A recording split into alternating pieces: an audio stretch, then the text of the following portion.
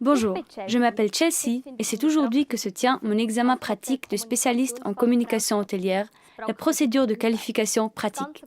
Il dure environ 8 heures, dont 75 minutes d'entretien professionnel. Comment se déroule l'examen pratique? Sous forme d'un travail pratique prescrit, abréviation TPP. Pour ma profession, ce qui m'attend aujourd'hui, c'est un séjour avec un événement client, par exemple un brunch de Pâques, une fête du Nouvel An, un séjour de vacances, etc. L'examen pratique se compose de 3 parties. Avant le séjour des clients, c'est la préparation. Pendant le séjour des clients, c'est l'encadrement. Et après le séjour des clients, c'est le suivi. Je dois donc d'abord préparer le séjour des clients, ce qui signifie par exemple prendre la réservation, faire le planning et montrer les offres aux clients.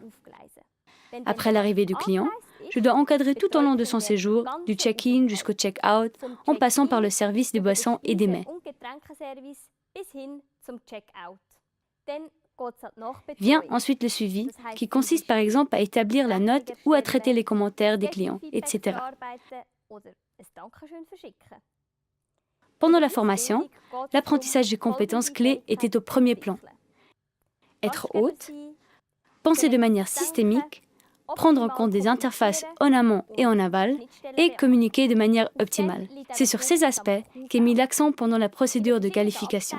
Pour ce qui est de l'encadrement des clients, je dois m'occuper des différents domaines, services, intendance, front office et back office, dans le cadre des différents services d'un hôtel. En ce qui concerne la cuisine, je ne dois cependant pas me changer ni cuisiner activement. Dans ce domaine, je vais sans doute dresser quelque chose de simple directement à la table. Il s'agit surtout de connaître l'origine des produits, la préparation des mets, les allergies possibles et le gaspillage alimentaire. Puis, l'entretien professionnel aborde les thèmes de l'organisation de l'entreprise, des ressources humaines et des indicateurs clés. Je me suis bien préparée pendant toute la dernière année de formation. J'ai eu d'abord un aperçu de la matière, puis j'ai rédigé un planning pour la préparation.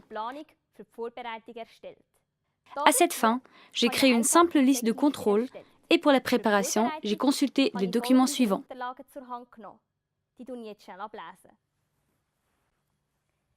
Plan de formation, thème d'apprentissage de l'école, révision du dossier de formation, examen de l'école et documents des cours interentreprises.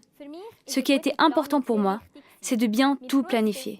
Mon formateur m'a donné de très bons conseils et il m'a beaucoup aidé dans la préparation. C'est mon tour. Souhaite-moi bonne chance.